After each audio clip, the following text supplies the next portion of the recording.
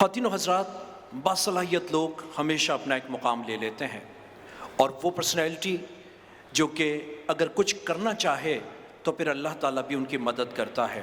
Pattern in chief SM. Munir साहब ने ना सिर्फ एसोसिएशन में एक यंग जनरेशन को भी तैयार किया जो कि बहैसियत प्रेसिडेंट भरपूर तरीके से अपनी खिदमत सर अंजाम दे सकें, बल्कि साथ ही साथ सीनियर्स भी उनके साथ उनकी रहनुमाई के लिए मौजूद होते हैं।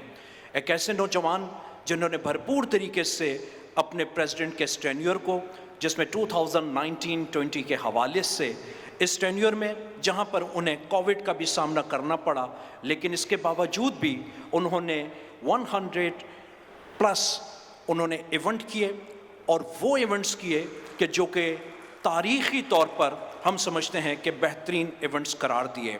एक ऐसे ही सनतकार जो कि नौजवानी में मुमताज़ तरीके से बिजनेसमैन की हैसियत से, लेकिन साथ ही साथ एज ए DHA लाइन्स के हवाले से भी और मारूफ और मुमताज़ बिजनेसमैन की हैसियत से भी अपने आप को मुतारिफ़ करवाया। एक एमर्जिंग एंड यंग लीडर, मैं गुजारिश करूँगा इमीडिएट पास्ट प्रेसिडेंट काटी मोहतरम जनाब शेख उमर रेहान साहब को, और आपसे गुजारिश करूँगा, इन्होंने बड़ी ज़बरदस्त खिदमत सर अंजाम दी हैं, तो पुरज़ोर तालियों में इनका इस्तकबाल कीजिएगा ताकि वो अपनी गुजारिशात और वेलकम एड्रेस दे सकें। शेख उमर रेहान साहब। आऊज़ु बिल्लाहि मिनश शैतानिर रजीम, बिस्मिल्लाहिर रहमानिर रहीम। ऑनरेबल मिनिस्टर फॉर लेबर, मेरे बड़े भाई सईद गनी साहब, leader of the business community of Pakistan जनाब S.M. मुनीर साहब, उसके अलावा यहाँ पर तशरीफ़ रखते हैं सेनेटर अब्दुल हसीब खान साहब, ज़ुबैर छाया साहब,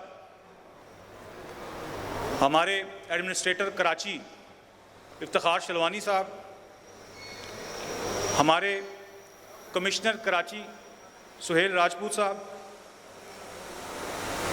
जनाब हमारे फेडरेशन के अपकमिंग प्रेसिडेंट खालिद तवाब साहब, ज़ुबैर तुफ़ैल साहब। मैं शुक्रिया अदा करूँगा अपने बड़े भाई शेख अब्दुल वही साहब का, आप स्पेशल इस्लामाबाद से तशरीफ़ लाए इस इवेंट के लिए। हमारे न्यू प्रेसिडेंट काटी जनाब सलीमुज़्ज़मान साहब, फ़रहानुर रहमान साहब, उसके अलावा नसीम सेतो साहब, सेक्रेटरी लेबर सोलंगी साहब, अमजद पूरी साहब, मेरे साथ सीनियर वाइस प्रेसिडेंट इकराम राजपूत साहब, वाइस प्रेसिडेंट वाजिद हुसैन साहब। मैं शुक्रिया अदा करूँगा additional IG Hyderabad doctor Jameel साहब का, आप तशरीफ़ लाए, ब्रिगेडियर जंजुआ साहब, बेग बरादरान,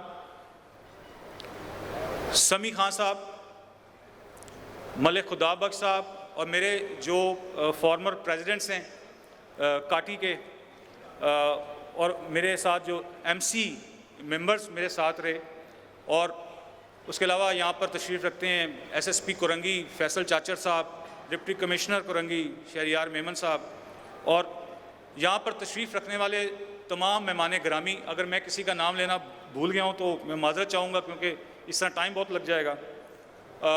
आप सब लोगों का बहुत शुक्रिया।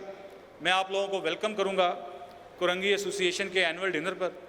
कुरंगी एसोसिएशन का एनुअल डिनर जो है वो हर साल हम लोग अरेंज करते हैं, और इस साल जो है वो पिछले महीने होना था, लेकिन क्योंकि मुनीर भाईजान जो हैं वो कनाडा में थे तो उधर इनकी तबीयत थोड़ी नासाज हो गई कोविड की वजह से, जिसकी वजह से हमें ये प्रोग्राम जो है वो अब करना पड़ा। मैं इसके अलावा अल्लाह ताला का शुक्र अदा भी करूँगा कि अल्लाह पाक ने मुनीर भाईजान को अपने हिफ्ज़-ओ-मान में रखा। इवन पिछला 1-1.5 साल मुनीर भाई ने बड़ी परेशानी में देखा, इनका किडनी ट्रांसप्लांट भी हुआ और बड़े इन्होंने मसाइल देखे। मैं अल्लाह पाक का शुक्र अदा करूँगा कि आज मुनीर भाईजान हमारे दरमियान तशरीफ़ रखते हैं, और मैं अपनी खुशकिस्मती भी समझूँगा कि S.M. मुनीर भाईजान जैसा जो लीडर है ये मेरा लीडर है, और ये इसमें कोई शक नहीं है कि मुनीर भाईजान की जो पर्सनैलिटी है वो किसी भी तारीफ़ की मोहताज नहीं है। मेरा टेन्योर एज अ प्रेसिडेंट काटी, जब मैं प्रेसिडेंट काटी बना तो मुझे मुनीर भाईजान ने पहले दिन ही तकरीब में एक टारगेट दिया। उन्होंने कहा कि जो पिछले प्रेसिडेंट्स गुजरे थे, जैसे कि तारिक मलिक साहब यहाँ पर तशरीफ़ रखते हैं, इन्होंने 93 इवेंट्स किए अपने टेन्योर में। उसके बाद दानिश खान साहब आए तो उन्होंने 95 इवेंट्स किए। तो मुझे इन्होंने टारगेट दिया 100 इवेंट्स करने का। तो बहरहाल एक मुश्किल टारगेट था और ड्यूरिंग माय टारगेट एक पेंडेमिक भी आया, जो कि आप सब जानते हैं कि 4-5 महीने जो है सब कुछ बंद रहा और लॉकडाउन जैसी सिचुएशन रही। लेकिन फिर भी अल्हम्दुलिल्लाह आज हम जिस इवेंट में बैठे हैं ये 107वां इवेंट है 7वें और 8वें महीने 7-8 महीनों में। तो ये अल्लाह पाक का ख़ास करम रहा कि कोविड आने से पहले ही इतने इवेंट हमने कर लिए थे कि जो है वो भाईजान का दिया हुआ टारगेट मैंने पूरा कर लिया। उसके अलावा मेरा जो वैसे तो कुरंगी एसोसिएशन में हर प्रेसिडेंट माशाल्लाह मैं 30वां प्रेसिडेंट था काटी का। जो भी प्रेसिडेंट गुजरे उन्होंने एक से एक बढ़कर काम किया और काटी का नाम रोशन किया। तो मेरा टेन्योर थोड़ा सा मुख्तलिफ इस लिहाज से भी था कि मेरे टेन्योर में पूरी दुनिया में एक पेंडेमिक आया जिसकी वजह से जो है वो बंद हो गए, लॉकडाउन हो गया और इंडस्ट्री को बड़ी मुश्किलात का सामना करना पड़ा, बड़े मसाइल का सामना करना पड़ा इंडस्ट्री को। तो लेकिन अल्लाह के फजल करम से शायद अल्लाह ने मुझे इसीलिए इस वक्त प्रेसिडेंट बनाना था कि मैं अपने लोगों के मसाइल हल कर सकता। और अल्हम्दुलिल्लाह मैंने अपनी पूरी कोशिश की कि अपने मेंबरान के, अपने साथियों के मैं मसाइल हल करूं और मैंने किए जो मेरी कैपेसिटी थी उसके मुताबिक। तो अल्लाह के फजल करम से मैं इसमें जो है वो सुरखरू हुआ। उसके अलावा मैं यहाँ पर एक्नॉलेज करूँगा हमारे जो मेरे बड़े भाई, मैं इनको कहता हूँ सईद गनी साहब। सईद गनी साहब एक इंतहाई शानदार पर्सनैलिटी के मालिक हैं, बड़ी हम्बल पर्सनैलिटी हैं और डाउन टू अर्थ शख्सियत के मालिक हैं। मैंने बड़ों से ये सुना था कि हमेशा झुके हुए दरख्त कोई फल लगता है।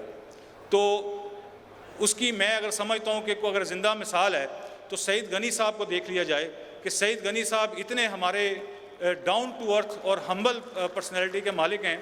अल्लाह पाक ने हमें ऐसे वज़ीर दिए तो मैं अल्लाह का शुक्र अदा करूँगा कि सईद गनी साहब जैसे वज़ीर हमारे साथ हैं। मुझे जब भी कोई प्रॉब्लम होती है, मुझे जब भी कोई मसला होता है तो मैं सईद साहब को फ़ोन करता हूँ और उसी वक्त जो है वो हमारा वो मसला हल किया जाता है। इसके अलावा भी मैं एक्नॉलेज करूँगा सीएम साहब आज तशरीफ़ नहीं ला सके क्योंकि कुछ सिचुएशन ऐसी है, तो उनकी अपनी कुछ मसरूफियात थी जिसकी वजह से हमने भी उनको ज़्यादा तंग नहीं किया। लेकिन ओवरऑल मैं यहाँ पर एक्नॉलेज करना चाहूँगा सीएम सिंध साहब और उनकी पूरी टीम को कि हमारे पास इंतहाई शानदार इफ्तिखार शलवानी जैसे हमारे पास एक एनर्जेटिक एडमिनिस्ट्रेटर जो है कराची मौजूद हैं। उसके अलावा जो सुहेल राजपूत साहब जैसे कमिश्नर कराची हमारे पास मौजूद हैं। तो मैं समझता हूँ कि एक पूरी शानदार टीम। और मैं यहाँ पे अगर नासिर हुसैन शाह साहब का जिक्र ना करूँ तो ये भी मुनासिब नहीं है। और मैं ज़ाती तौर पर समझता हूँ कि तारीफ़ वही होती है जो गायबाना की जाए। तो नासिर शाह साहब ने भी जो है वो बड़ी खिदमात हैं उनकी और वो भी हमारे से वन कॉल अवे हैं।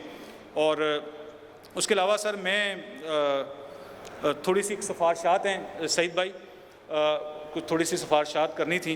देखें कुरंगी इंडस्ट्रियल एरिया जो है वो रकबे के लिहाज से और इंडस्ट्री के लिहाज से पाकिस्तान का सबसे बड़ा इंडस्ट्रियल एरिया है।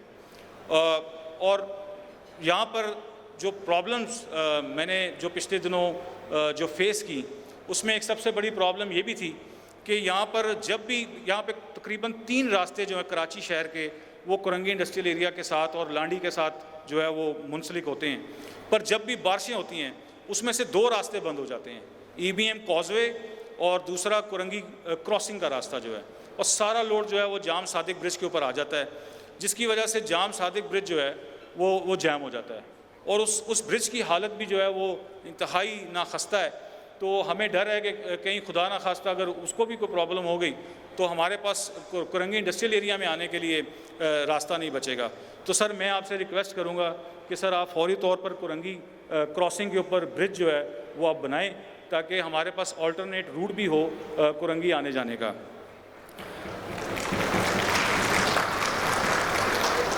उसके अलावा सर मैं आपसे रिक्वेस्ट करूंगा, जैसे कि हमारे पास एक मॉडल है काइट लिमिटेड का, जो कि 4 इंडस्ट्रियल एरियाज़ में बना हुआ है। पूरे कराची में 4 इंफ्रास्ट्रक्चर कंपनीज़ हैं जो कि इंडस्ट्रियल एरियाज़ के अंडर आती हैं, और उसमें आप लोगों ने फंडिंग भी की थी, और उसके तहत जो है वो हमने कुछ प्रोजेक्ट्स भी किए। हमने एक इदारा डेवलप किया हुआ है काइट लिमिटेड। तो सर ये एक रोल मॉडल है। तो मेरी सर आपसे ये भी रिक्वेस्ट होगी कि आप जो है भले आप इसके सिस्टम को और बड़ा कर लें, 3-4 ऑडिटर्स और बिठा दें या और इसको थोड़ा वाइड कर दें, लेकिन सर अगर आप काइट लिमिटेड को और इसी इंफ्रास्ट्रक्चर को अगर आप और फंडिंग करेंगे और इसके थ्रू प्रोजेक्ट्स करेंगे, तो मैं समझता हूँ कि ये मॉडल बहुत सक्सेसफुल है। इसमें भी सर जो है आपकी तवज्जो की ज़रूरत है। उसके अलावा मेरे पास यहाँ पर तशरीफ़ रखते हैं टिम्बर मार्केट के कुछ हमारे भाई हैं। ये कुछ अर्सा पहले तकरीबन 1 साल पहले एक बिल्डिंग गिर गई थी टिम्बर मार्केट में, तो उसके लिए कुछ आप लोगों ने, सिंध गवर्नमेंट ने ऐलान किया उन लोगों के लिए। तकरीबन 22 ख़ानदान हैं जो इस वक्त जो है उनके पास घर नहीं है, क्योंकि वो बिल्डिंग कोलैप्स कर गई थी। ये अल्लाह का शुक्र है कि लोग बच गए थे उसमें। तो सर उसमें उनके चेक भी तैयार किए हुए हैं आप लोगों ने, तो काइंडली सर उस प्रोसेस को थोड़ा फास्ट करवा दें ताकि उन बेचारे लोगों को कोई छत मैसर हो। सर एक हमारा दरीना मुतालबा है, मैं समझता हूँ कि आप इसके ऊपर भी थोड़ा तवज्जो देंगे, कि हम ये चाहते हैं कि आप 1 विंडो ऑपरेशन जो है मुतारफ़ कराएँ इंडस्ट्री में, क्योंकि सर हमारे पास इतने डिपार्टमेंट्स हैं, 26-27 डिपार्टमेंट बनते हैं जो सिंध गवर्नमेंट के हैं। तो आप एक ऐसी विंडो बनाएं जिसमें ये इन सारे डिपार्टमेंट्स की जो प्रेजेंटेशन हो, ताकि हम लोग जाएं एक ही विंडो पे हमारे सारे काम हो जाएं। तो सर ये एक मैं आपको एक सिफारिश करूंगा कि इसके ऊपर जो है आप थोड़ी उसको लुक आफ्टर करें। मुर्तज़ा वहाब साहब ने आना था, मुर्तज़ा वहाब साहब भी सीएम साहब के साथ हैं इस वक्त। तो मुर्तज़ा वहाब साहब से मैंने ये बात, मेरे पास तशरीफ़ लाए थे वो पिछले महीने, मैंने उनके आगे भी ये सिफारिश की थी कि जो इन्वायरमेंट का जो इशू है, जो इंडस्ट्रियल जो आप लोगों ने इन्होंने ट्रीटमेंट प्लांट्स लगाने का बोला है, वाटर ट्रीटमेंट प्लांट्स हर फैक्ट्री को, सर ये पॉसिबल नहीं है। उसकी वजह ये है कि सर एक तो इसकी लागत जो है वो 1.5 करोड़ रुपया एक प्लांट की लागत है, और सर छोटी छोटी फैक्ट्रियाँ यहाँ पर लगी हुई हैं, 500-500 गज़ 1000 गज़ पे फैक्ट्री हैं। तो सर वो कैसे, उनके पास ऐसी स्पेस ही नहीं है कि वो जो है वो अकोमोडेट कर सकें उस प्लांट को। तो सर मैं समझता हूँ कि ये प्रैक्टिकल नहीं है। उसके लिए सर हमारे पास मैं जावेद बिलवानी साहब को भी वेलकम करूँगा। जावेद भाई, सर हमारे पास 5 कंबाइंड एफलुएंट ट्रीटमेंट प्लांट्स जो हैं उसका एक मॉडल तैयार है। तो सर उस पर फौरी तौर पर सिंध गवर्नमेंट काम करे और ये 5 कंबाइंड एफलुएंट ट्रीटमेंट प्लांट आप लोग लगाएं, ताकि हमारा वेस्ट वाटर जो है उनमें जाए और हम लोग जो हैं इस इतने बड़ा जो इंडस्ट्री का ख़र्चा उससे बच जाएं। उसके अलावा सर ये इस वक्त इंडस्ट्री में जो कोर इशू है, जो कराची की इंडस्ट्री का है, वो सर गैस का इशू है। गैस की वजह से पिछले साल भी हम लोग बहुत परेशान हुए। इवन हमें एहतजाज करना पड़ा इंडस्ट्रियलिस्ट को SSGC के ऑफिस के बाहर जाके, तो क्योंकि जब भी विंटर्स आती हैं हमें गैस नहीं मिलती। इवन हमारा राइट है, सिंध में तकरीबन 2700 MMCFD जो गैस है वो पैदा होती है, और हमारी रिक्वायरमेंट है ओनली 1300 MMCFD, लेकिन हमें वो भी नहीं मिलता। तो सर ये हमारा एक कॉन्स्टिट्यूशनल राइट है, हमें गैस पहले मिलनी चाहिए। तो सर इसके ऊपर मैं आपकी गवर्नमेंट को, पीपल पार्टी की गवर्नमेंट को रिक्वेस्ट करूँगा कि फेडरल से इस पर डिस्कस करें, और अगर कोई राइट ऑफ वे का इशू है तो उसको भी फ़ौरन रिजॉल्व करें। हमारे सुनने में आया कि 4-5 किलोमीटर का कोई राइट ऑफ वे का इशू है, तो सर ये बहुत इस वक्त इम्पॉर्टेंट इशू है। अगर इसको अभी रिजॉल्व ना किया गया तो ये फिर विंटर्स में आके हमें गैस नहीं मिलेगी। सर एक और जो सबसे बड़ा प्रॉब्लम इस वक्त सारी इंडस्ट्रीज़ को आ रहा है, सर एक स्टैम्प एक्ट 1899 का जो एक्ट है उसको आप लोगों ने रिस्टोर कर दिया 2020 में। ये इस वक्त फैक्ट्रियों में इंस्पेक्शंस कर रहे हैं और सारी फैक्ट्रियों से रिकॉर्ड मांग रहे हैं, फाइनेंशियल्स मांग रहे हैं 4-4 साल के, और कह रहे हैं जी आप अपने सारे कॉन्ट्रैक्ट्स दिखाएं। सर ये इस वक्त एक बहुत बड़ा एक लम्हा फ़िक्री है, इंडस्ट्री आगे इतने चैलेंजेस का सामना कर रही है, तो हम सर किस किस को अपने रिकॉर्ड दें। तो सर ये एक इसको आप काइंडली इंटरवीन करें इस मसले पे और इनको रोकें कि ये फैक्ट्रियों में ना जाएं ये लोग। उसके अलावा सर मैं समझता हूँ कि क्योंकि अब 18 अमेंडमेंट जो है इम्प्लीमेंट हो चुकी है और सारे प्रोविंस जो हैं अपना रेवेन्यू खुद जनरेट कर रहे हैं और सिंध रेवेन्यू बोर्ड भी और आपका SRB जो है वो भी टैक्स कलेक्ट कर रहा है। और मैं समझता हूँ कि सर इस वक्त जो सबसे ज़्यादा ज़रूरत है सिंध के अंदर वो एक आप ऐसा कोई एडवाइज़री बनाएं CM साहब की जिसका हेड जो है वो बिज़नेस कम्युनिटी से आप लें और ट्रेड एंड इंडस्ट्री के ऊपर जो है कोई ऐसा एडवाइज़र हो जो सिर्फ ट्रेड एंड इंडस्ट्री देखे, ताकि हम डायरेक्ट उनके साथ राब्ते में रहें और वो बिज़नेस कम्युनिटी से होना चाहिए वो बंदा, ताकि हम अपने मसाइल जो हैं उसके ज़रिए हम अपने हल करें। मैं उसके अलावा सर यहाँ पर आखिर में ये एक्नॉलेज करना चाहूँगा, ड्यूरिंग द कोविड हमने बड़ी मुश्किलात देखी। अब मेरे साथ जो हमारे जो गवर्नमेंट ऑफिशियल्स हैं, मैं इफ्तिखार शलवानी साहब को सैल्यूट करूँगा कि इफ्तिखार शलवानी साहब ने उस मुश्किल वक्त में, यहाँ पर रशीद सोलंगी साहब भी बैठे हैं, नसीम गनी सेतो साहब भी बैठे हैं और हमारे कई साथी जो हम सब मिल के, ज़ुबैर छाया साहब भी, हम इंडस्ट्री को रिस्टोर करने के लिए उस वक़्त सब अपनी जान पे खेल के दिन रात सब ने इस पे काम किया। तो सर मैं एक्नॉलेज करूँगा अपने तमाम साथियों को, अपनी तमाम जो उस वक़्त हमारे साथ थे जिन्होंने हमारी इसमें हेल्प की।